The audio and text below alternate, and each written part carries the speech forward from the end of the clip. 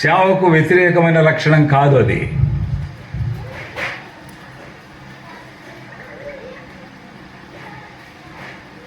నేను శ్రమల యందు అతిశయపడుతున్నా అన్నాడు పౌలు.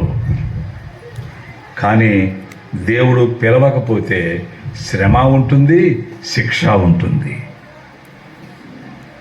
దేవుడు పిలిస్తే శిక్ష ఉండదు, శ్రమే ఉంటుంది. శిక్ష ఉండదు, శ్రమే ఉంటుంది.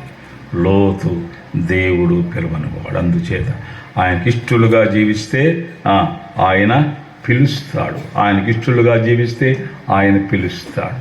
పిలిచి ఏం చేస్తాడో మార్క్స్ వార్తలోనే మరొక మాట మనం చెప్పుకొని ముగింపుకు వెళదాం. మీరు నకనకలాడుతున్నారు, నాకు అర్థమైపోయింది. చూడండి, మార్క్స్ వార్త 2వ అధ్యాయం 13లో మనం చదువుకున్నాం. ఆయన కొండెక్కి తనకిష్టమైన వారిని పిలువగా, ఇష్టమైతే పిలుస్తాడు. 1, ఇష్టపడితే పిలుస్తాడు. 2, యోహాను సువార్త 5:21 చదవండి. యోహాను సువార్త 5వ అధ్యాయం 21వ వచనం. 5:21.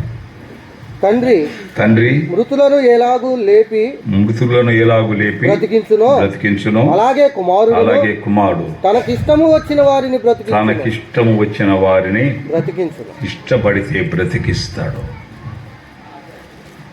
బ్రతికిస్తాడన్నా. చంపడు. సావడం అంటే వస్తే అరే ఆ సావు నేను తీసుకుంటాను, నువ్వు కంగారు పడద్దు. మరణించడం అనే అంశం వస్తే అది నాకు ఇచ్చేయి. జీవించడం అనేది నువ్వు తీసుకో. ఇది దేవుని సిద్ధాంతం, సేవా సిద్ధాంతం. సావు వచ్చిందా, నాకు ఇచ్చేయి, నేను చస్తా. ఆ సావు నేను పడతా.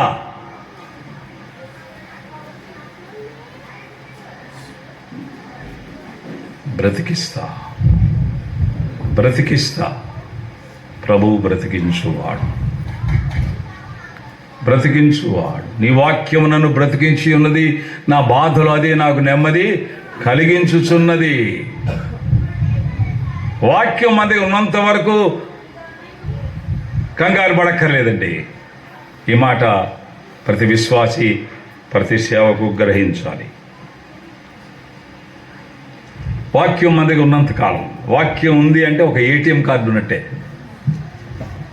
బ్రతుకుతాం అంతే. బ్రతికి తీరుతాం.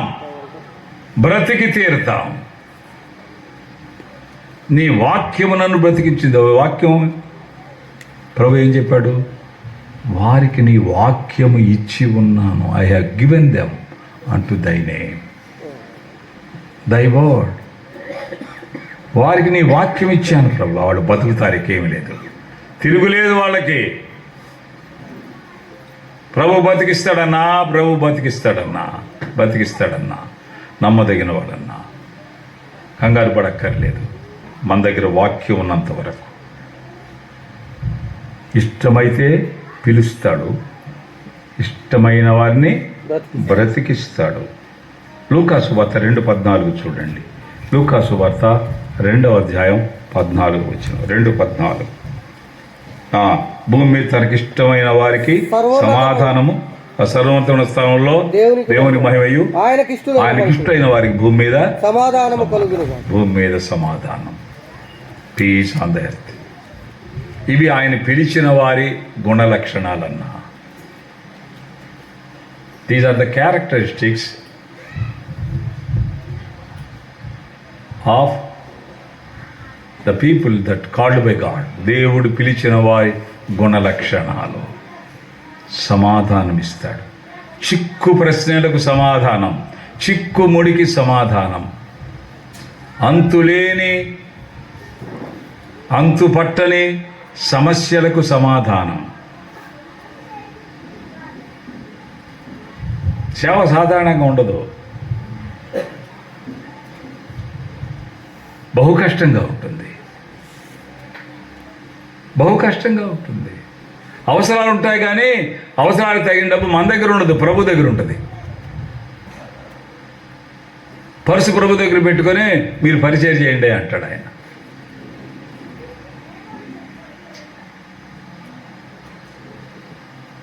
సమస్యలు ఉంటాయి, కానీ సమాధానం పోదు. శ్రమలుంటాయి, సమాధానం పోదు. అనారోగ్యం ఉంటుంది, సమాధానం పోదు. దరిద్రం ఉంటుంది, సమాధానం పోదు.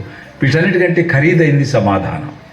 కోట్లు గడించిన వారు సమాధానం లేక చచ్చిపోతున్నారు, మృతులైపోతున్నారు, నెమ్మది లేని వారు గతించిపోతున్నారు.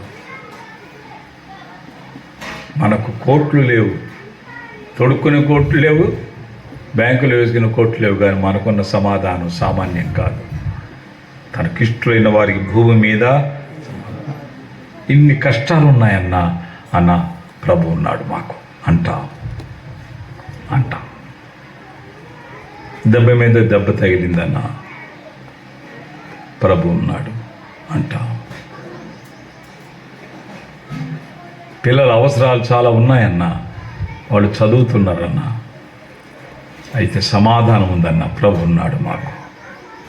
ప్రియమైన సహోదరి సహోదరులరా, అందుచేత దేవుని చేత పిలువబడి పరిచర్య చేయడంలో ఆ రంజు రమణీయత బహు గొప్పగా ఉంటుంది. పిలువబడని లోతును మనం చూచాం. ప్రభు పిలిస్తే ఒకటి, ప్రభు ఇష్టపడితే ఒకటి పిలుస్తాడు, ప్రభు ఇష్టపడితే 2 బ్రతికిస్తాడు, ప్రభు ఇష్టపడితే 3 సమాధానం. ఇవి చాలవండి మనకి ఇక జీవితానికి. ఇంకేమైనా కావాలా? ఇంకోటి ఏదైనా చెప్పండి అన్న. ఇంకోటి ఏంటంటే భోజనమే తర్వాత. ఇవి చాలవా మన జీవితానికి? నమ్మదగిన దేవుడు. దర్శనాశ్రీ 2వ పత్రిక 3:3 అయితే ప్రభు నమ్మదగిన వాడు అని రాయబడింది. అందుచేత ఆయన నమ్మదగిన నేతృత్వంలో, ఆయన నమ్మదగిన నాయకత్వంలో ఆయనకు ఇష్టలుగా ఉండి ప్రభు కొరకు జీవించడానికి ఈ హెచ్చరికలు మనకు శిరోధార్యముగనుగాక ప్రార్థన. ప్రేమగల తండ్రి, కృపగల దేవ, మహోన్నతుడా, మహాఘనుడా, మా రక్షక, మీ పాదాలకు వందనాలు. మీ ఇచ్చిన హెచ్చరికలు మాకు శిరోధార్యం. ఆలకించిన మీ బిడ్డలను దీవించండి. ఆ ప్రకారం జీవించడంలో మీ సహాయం దయచేయమని యేసు నామములో ప్రార్థించి వేడుకుంటున్నాం తండ్రి. ఆమేన్. మంచిదండి, అందరికీ వందనాలు.